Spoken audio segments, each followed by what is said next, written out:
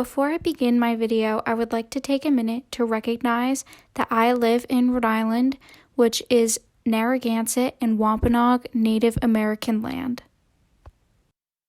Acquiring the ingredients.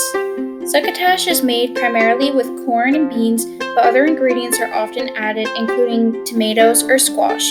Corn, beans, and squash are referred to as the Three Sisters and are seen as gifts from the Great Spirits in Native American culture. These three foods are also significant in the way they complement one another. When these crops are growing, the corn grows tall, which allows the beans to build their vines tall as well. Squash grows closer to the ground, so its leaves shade out the weeds, allowing the crops to grow better because they are not competing for nitrogen in the soil.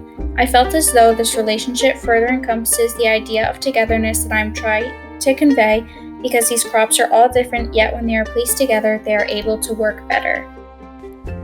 Notice how, when choosing your ingredients, you can choose from a variety of fresh, frozen, or canned vegetables. So I've been farming for 4 years now, and I've been working at Ghost Island Farm, which is in West Tisbury, Massachusetts, for 3 years now. I work there in the summers, pretty much full-time.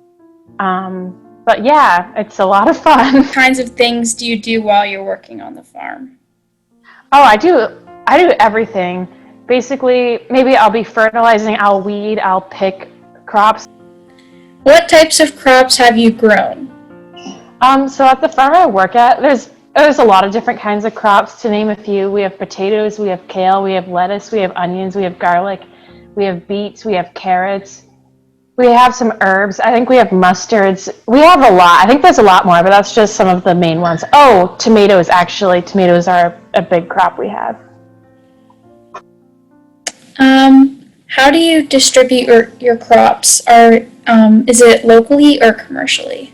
So it's mostly local. Most of our customers, they just come to the farm stand, and it's the people in the surrounding areas. But also there's we do sell a small amount of our produce, sometimes lettuce or potatoes or tomatoes in the summer, to a local grocery store, Kronig's.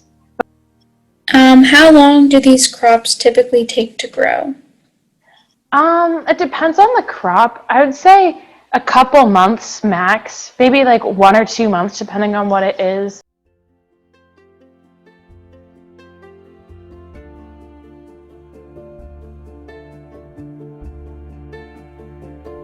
The answer is yes. I am a vegetarian, and I have been a vegetarian for a little over 3 years now.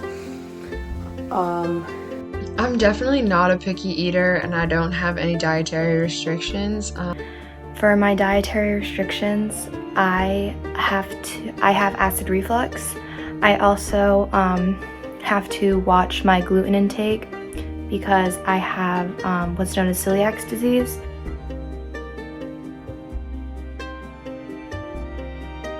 So I actually didn't know what that was, but when I looked it up, it sounded really good, and I think I would eat it because it's just a combination of things that I do like to eat.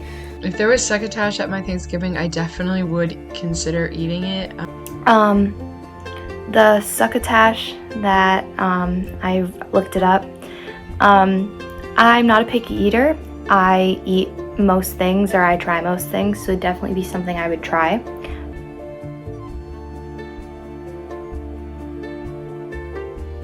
The holidays are always tough because obviously people notice that you're not eating turkey or ham, so it's just a little weird sometimes. When one thinks about Thanksgiving, Pilgrims, Native Americans, and turkey are usually the first thoughts that come to mind. In this new Thanksgiving, I thought it would be important to focus more on honoring the Native Americans. I wanted to honor them in the tribe of the land that I lived on, which is the Narragansett tribe. Then I reflected and asked myself why Thanksgiving is important. I enjoy the feeling of being with my family and celebrating with them. I wanted this dish to also encompass the feelings of togetherness.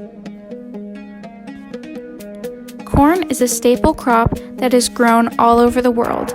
In the United States, the 5 Corn Belt states include Illinois, Iowa, Minnesota, Missouri, and Wisconsin.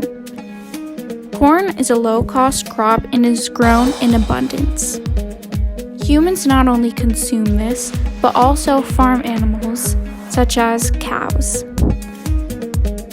Corn is not only eaten, but it can also be used as a biofuel, which is why it is grown in such abundance. With all of these different options, there is a wide price range, making these ingredients accessible to all socioeconomic statuses. So no matter who you are or what kind of dietary restrictions you might have, anyone can have this